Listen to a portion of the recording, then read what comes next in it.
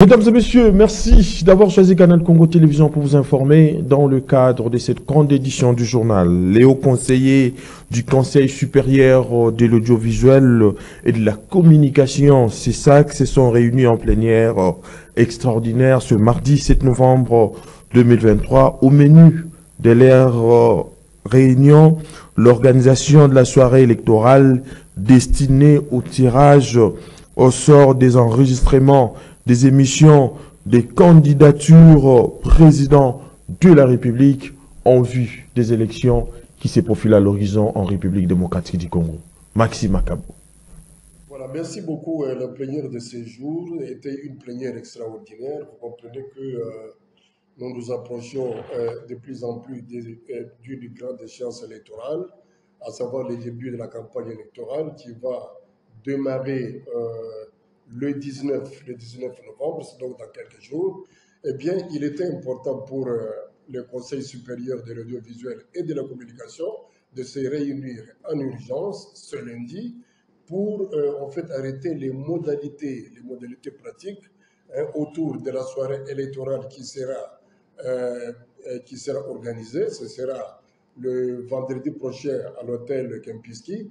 Et également, il a été question de pouvoir retenir le nombre d'organes de presse et plus précisément les journalistes devant animer, si vous voulez, les émissions de débat qui doivent être organisées.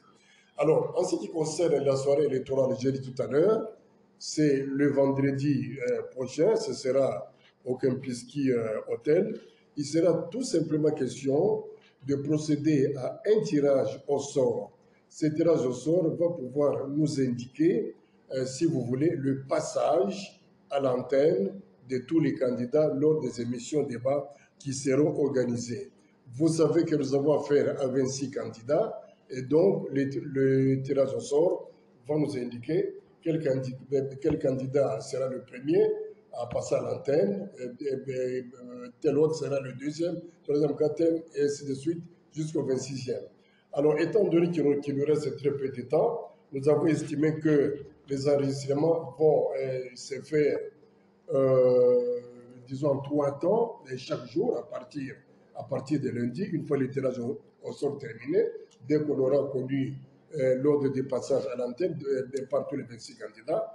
Donc, le lundi déjà, avec les 3 groupes de 4 des journalistes qui sont retenus, on va pouvoir, si vous voulez, procéder à l'enregistrement de toutes ces émissions, même si, d'ailleurs, c'est le monde, c'est l'appel que je lance, les moyens financiers donc, ne sont pas encore disponibles et nous lançons un appel pressant au gouvernement pour que ces moyens soient mis à notre disposition de façon à permettre au CESAC de pouvoir réaliser vraiment cette étape qui est cruciale dans l'organisation de ces élections.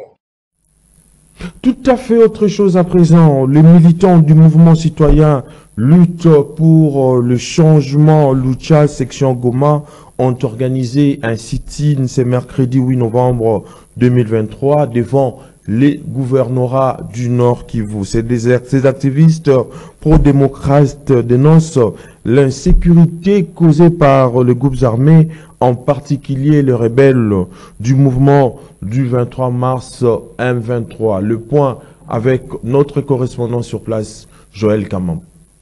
La lutte section de Goma exige entre autres la rupture du cessez-le-feu et le passage à l'offensive militaire par les FARDC contre les terroristes du M23. Ces mouvements soulignent l'importance d'une offensive militaire efficace pour contrôler la menace des groupes armés dont le M23 et leurs supplétifs.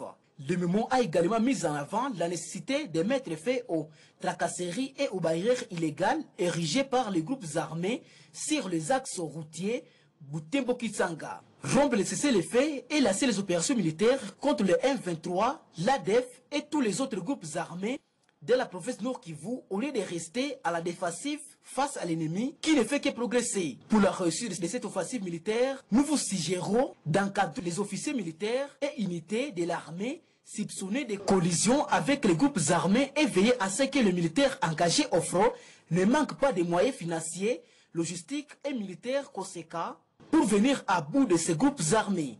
Au péril de ces mémorandums, les militants du mouvement Lutte pour le changement, Lucha section de Goma, ont à notre dénoncé le perquisition judiciaire injuste de ses victimes, les activistes et manifestants pacifiques dans la province Nord Kivu. Pour cette occasion, ils ont sollicité l'implication personnelle des autorités pour la libération de leurs camarades emprisonnés depuis plus d'1 an, ainsi que des 63 autres militants détenus à la prison centrale de Goma. Processus électoral en cours en République démocratique du Congo avec cette assurance du président de la commission électorale nationale indépendante depuis Séoul où est imprimé le bulletin de vote. Denis Kadima rassure sur la tenue des élections dans les délais prévus par la loi, ceci alors que beaucoup doutent encore. À ce sujet, Maître Mongoli Dossi de la dynamique Congo Uni d'indiquer que tout démontre que les élections auront bel et bien lieu le 20 décembre prochain en République démocratique du Congo. Il a dit à Gisèle Olivier Toko. Tout démontre que les élections vont se tenir dans le délai. Telle est la réaction de Maître Magali Dossi de la dynamique Congo Uni après la satisfaction du président de la CENI au sujet de bulletins de vote déjà imprimés à Séoul en Corée du Sud. Je pense que le CENI et le gouvernement, même le chef de l'État, ont su dire et démontrer que les élections se tiendront bel et bien le 20 décembre. Ce qui m'étonne, c'est que apparemment certaines personnes ne veulent pas de la tenue des élections. Voilà pourquoi ils sont en train de vouloir ou chercher à propager le bruxellant comme quoi les élections ne se tiendront pas, alors que tout démontre que les élections vont se tenir. Nous avons vu il y a quelques jours les images où on voyait que les bulletins étaient en train d'être imprimés. Nous avons vu des kits électoraux arriver à Kinshasa et qui vont être distribués partout dans tous les territoires, dans toutes les provinces qui sont pacifiées, là où les élections pourront se tenir. Nous pouvons donc confirmer que les élections se tiendront, d'autant plus que l'organe habilité à nous dire que les élections se tiendront ou que les élections ne se tiendront pas confirme que les élections vont se tenir. À l'occurrence, Denis Kadima ne cesse de dire aux parties prenantes et même à la population que les élections vont se tenir. Donc je profite de votre caméra pour encore lancer ce message à la population, pour dire à la population nous devons nous préparer parce que les élections vont bel et bien se tenir. Bonnes élections inclusives. Lorsqu'on parle de l'inclusivité, on voit toutes les parties prenantes qui sont là. Nous avons vu l'opposition est là, la société civile est là, le pouvoir est là. Et donc, ça démontre à suffisance l'inclusivité, la transparence. La CENI ne cesse de dire que ses portes sont toujours ouvertes pour toutes les parties prenantes. La CENI ne cesse d'organiser des journées portes ouvertes. La CENI ne cesse d'émettre des communiqués et même le président Kadima ne cesse de passer à la télévision pour essayer d'éclairer la population ainsi que les parties prenantes. Donc, lorsque nous regardons l'attitude de la CENI, l'attitude des animateurs de la CENI, nous ne pouvons pas dire qu'il y a opacité parce que la CENI répond à toutes les revendications de l'opposition. Des tractations se font, semble-t-il, du côté de l'opposition politique congolaise en vue de la désignation d'un candidat commun de l'opposition pour les élections à venir en République démocratique du Congo. Interrogé à ce sujet, le vice-président de l'Union des mouvements et associations katumbistes, Damien Terranova, d'indiquer que cela relève de la maturité politique. Il a dit, encore une fois de plus au micro de Gisèle Olivier Toko. En réaction à l'information selon laquelle des discussions devront se tenir pour arriver à une candidature commune de l'opposition, le vice-président de l'Union des mouvements et associations katumbistes, Damien Terranova, d'indiquer que cela relève de la maturité politique. Dans les bonnes civilisations, nous savons que lorsque nous allons aux élections, en ordre dispersé, nous allons perdre les voix. Et ce qui est important, c'est que les Congolais s'entendent autour d'une candidature commune. Alors, si sous les 25 présidents, ne fût-ce que 10 peuvent se mettre ensemble, ça serait une bonne chose, et choisir un seul candidat. Ça serait une très bonne chose. Et s'ils arrivent à faire cela, nous allons prouver à la face du monde que le Congolais est devenu mature politiquement et il peut céder une partie de son pouvoir à un autre. C'est ça la maturité politique, madame. Donc je pense que s'ils le font, et nous le souhaitons, ça sera une bonne chose. Ce que je venais de dire, cela relève de la maturité politique. Si l'on sait que je n'ai pas le monopole de la pensée, ça veut dire que chacun de nous peut avoir une pensée meilleure que la mienne, on peut laisser passer. Mais lorsque lorsque vous avez des chétifs intellectuellement qui pensent que sur leur ego, ce sont ces gens-là qui laissent passer leur pensée en premier et l'obliger, et même les dicter. Vous voyez? Alors, or, nous sommes dans une démocratie. Je prends l'exemple de Moïse Katumbi, par exemple. Lui, il a cédé une fois, il a accepté de soutenir Martin Fayoulou pendant les élections de 2018, et aujourd'hui, il appelle à ce qu'il y ait une candidature commune autour de la présidence, parce que cela profiterait encore beaucoup plus à l'opposition. Dans un autre chapitre, le président fédéral du mouvement de libération du Congo, Lukunga 1, John Efambe, a procédé au lancement mardi 7 novembre 2023 de l'opération Barumbu propre qui consiste au curage des caniveaux et à l'évacuation des immondices. Question de rendre salubre la commune de Barumbu. Témoin de l'événement, Maxime Makabou. Le président fédéral du MLC Lukunga 1, John Efambe, va en guerre contre l'insalubrité dans la commune de Barumbu. C'est leader naturel de Lukunga qui tient mordicus à la santé de la population de ce coin de la capitale a initié mardi 7 novembre une opération dénommée Barumbu propre qui consiste au curage des caniveaux et à l'évacuation des immondices. Question de rendre salubre cette municipalité. À travers donc cette opération, les habitants du Barumbu peuvent pousser un ouf de soulagement car à moindre tombée de la pluie sont victimes des inondations.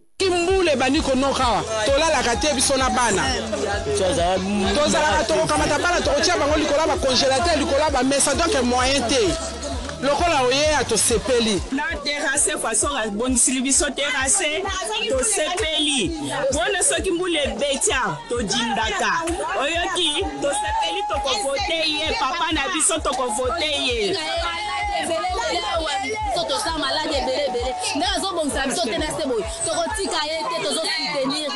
John Efambe revient ici sur la substance de la dite opération. Dans le cadre de mes visites d'itinérance dans les quartiers et communes qui regorgent la Fédération Lukunga 1, j'ai été convié par les candidats communaux de la commune administrative de Barumbu, notamment M. Corneille qui est l'exécutif fédéral, pour venir palper du doigt à la situation de ce caniveau qui cause des dégâts. Et j'ai palpé du doigt, je leur ai fait un premier lancement pour qu'on puisse curer et que l'on puisse évacuer les immondices qui s'y trouvent.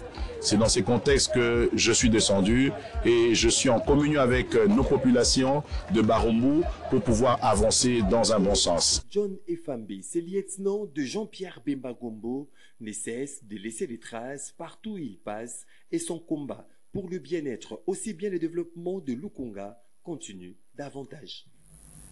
Quittant la commune de Barumbu, direction Assemblée nationale, où les propositions de loi sur l'ordre national des héros nationaux et l'ordre national de Léopard ont été votées à l'Assemblée nationale mardi en plénière. Une initiative d'André Mbata, premier vice-président de l'Assemblée nationale, qui explique ici ou qui donne la quintessence de ces deux propositions de loi à l'issue du vote. Suivez-les au micro de Gisèle Olivier Toko.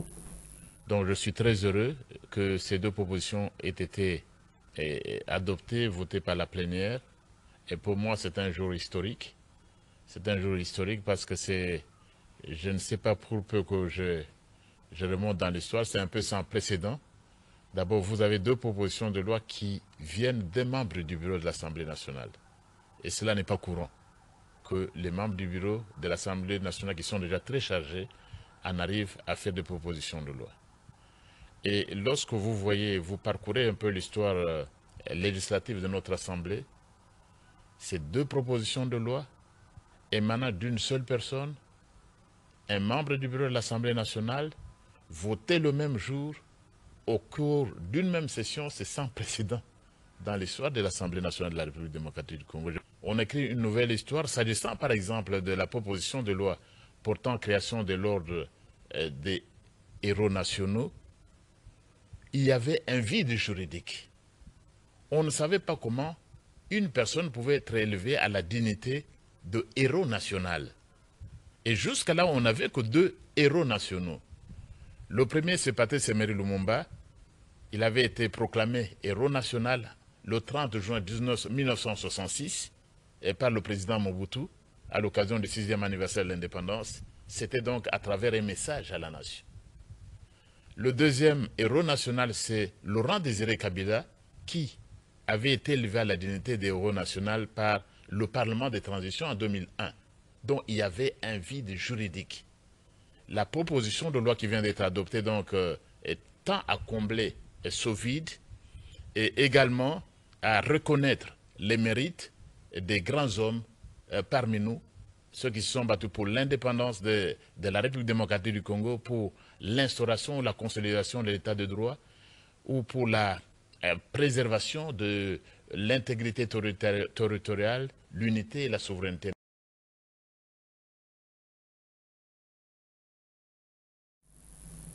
Et puis en justice, sachez que l'arrêt avant dure le droit de la Cour militaire dans les procès impliquant Salomon Kalonda, conseiller spécial de Moïse Katumbi, n'a pas été rendu ce mercredi 8 novembre 2023. Il a été repoussé au vendredi du novembre prochain en raison de l'absence des membres de la composition. En effet, cette décision devait trancher sur la demande du ministère public de tenir une audience à l'hôpital où se trouve Salomon Kalonda et celle des avocats du prévenu qui ont sollicité une remise à 3 mois pour permettre à leurs clients de comparaître en bonne santé. Et puis, ces constats dans certains quartiers de la capitale par manque plutôt de l'eau de la régie des eaux, les habitants qui construisent des puits ordinaires qu'ils creusent dans leurs parcelles pour recueillir l'eau. Tel est le constat établi dans la commune d'Elemba par nos reporters. Suivez. L'eau est la substance liquide la plus répandue sur la Terre. Plus de 70% de la surface du globe en est recouverte, mais malheureusement, l'accès à cette denrée indispensable reste difficile pour plusieurs ménages de Kinshasa. Le ménage se débrouille comme ils peuvent, pourvu qu'ils aient de l'eau pour leurs besoins. Les habitants de certains quartiers construisent de puits ordinaires qu'ils creusent dans leurs parcelles pour recueillir l'eau.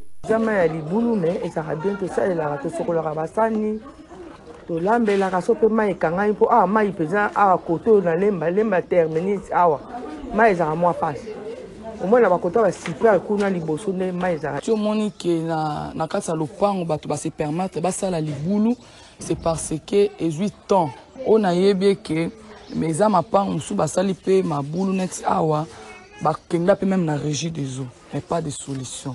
Donc mai penza eza passe surtout na lemba mai koma passe boko benda tu ekoti mais mai ebimate. La consommation de l'eau de puits n'est pas néfaste pour la santé à condition que les normes de la construction du puits soient respectées. Mais au cas contraire, ces eaux sont à l'origine de plusieurs contaminations. Provient d'un puits qui répond aux normes est une eau potable. Sauf il peut arriver que cette eau soit contaminée par des murailles qui entourent, par le couvercle ou la cuvette.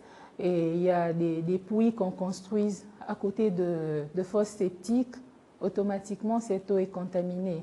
Il y a des puits qui ne sont pas profondes.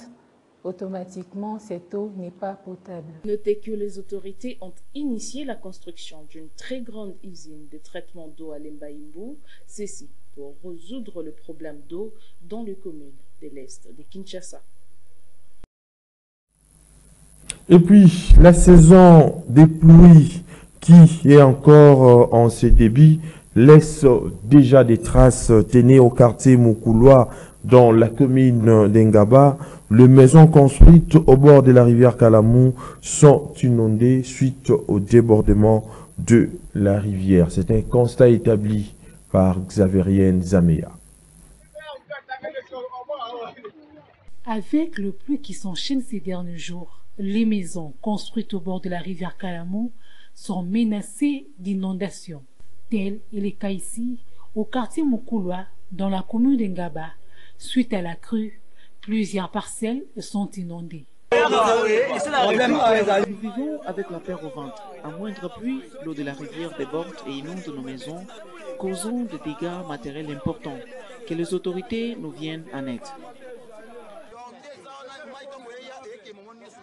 Les débordements de cette rivière qui est surtout favorisée par le déchet d'immondices déversé par la population. Plusieurs ménages profitent de la pluie pour vider leurs poubelles.